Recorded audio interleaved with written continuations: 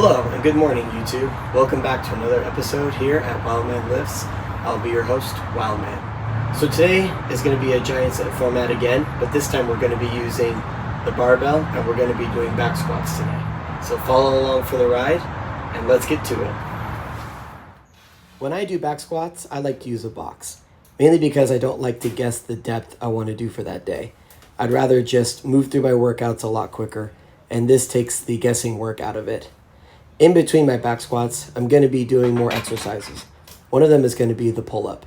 Here, I'm only doing my body weight, which is about 230, and I'm only going to do 3 repetitions as I work up. I'm also going to be doing burpee tire jump overs. I'm doing this for 2 reasons. 1 is for conditioning. 2 is to make sure my fast-twitching fibers are alert and awake, and that should help with my squatting. So the plan here is to go up in weight and just continue to do 3 repetitions beltless until I get to the singles, which will involve wearing a belt and knee sleeves. And I'll continue to do 3 pull-ups and 3 burpees in between my sets, but I'll be adding more weight to the pull-ups. Doing weighted pull-ups in between my back squat sets helps prime my upper back for heavier loads as the barbell gets heavier and builds the muscles in my upper back. I treat the weighted pull-up like it's a semi-compound movement. I keep my feet on the ground and accelerate to the top and focus more on lowering myself down slowly. Now this was a particularly hot day, and I was experiencing something called central nervous system fatigue, or CNS fatigue, as the cool kids call it now these days. I did heavy deadlifts not too far from this day, which zaps your posterior chain, and this is another posterior chain training day. So I was curious to see how much weight I could do. So I had to make a choice here. Do I stay at this weight and continue to hit 3 reps beltless for more rounds, or do I put my belt and my knee sleeves on and try to see how much weight I could go for when I'm experiencing CNS fatigue?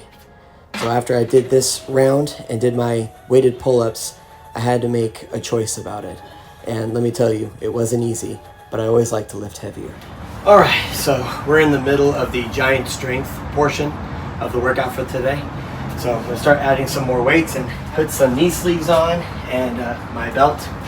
As the weight gets heavier, it's important to have the gear that is responsible for making your knees and your back still function under heavy loads. So I'm going to go ahead and gear up right now, and we're going to continue to lift weights.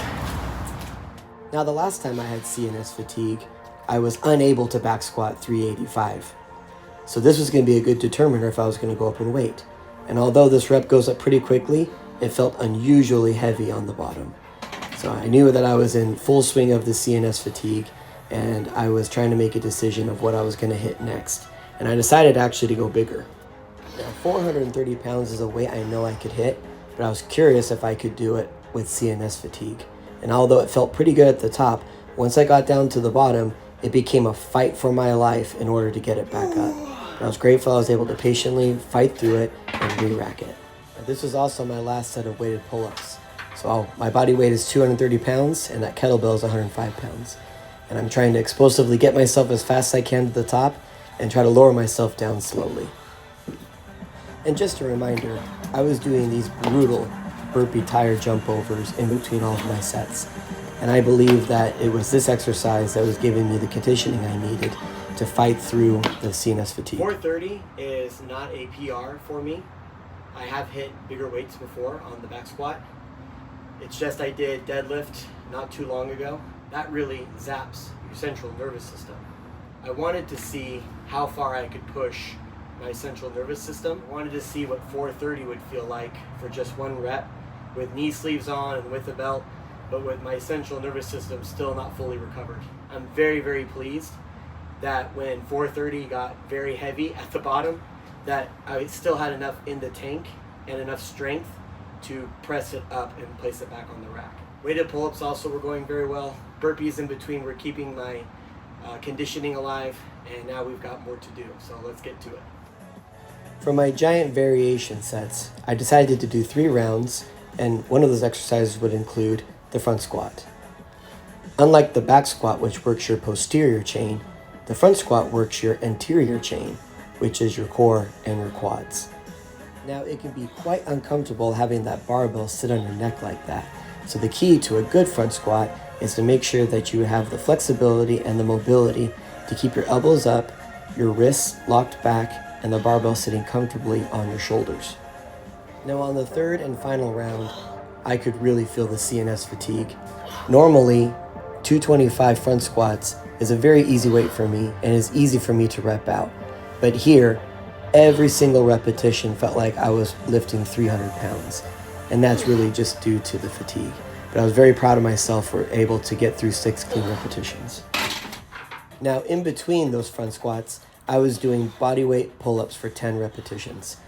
Trust me, it is a lot easier to do bodyweight pull-ups after you've done weighted pull-ups. And by the time I was done with the strength and variation rounds, I had done 50 pull-ups and 30 burpee tire jump overs. And that is the reason why I train this way, because you can get a lot more done if you just throw in a few movements in between your giant sets. That was a good giant variation set.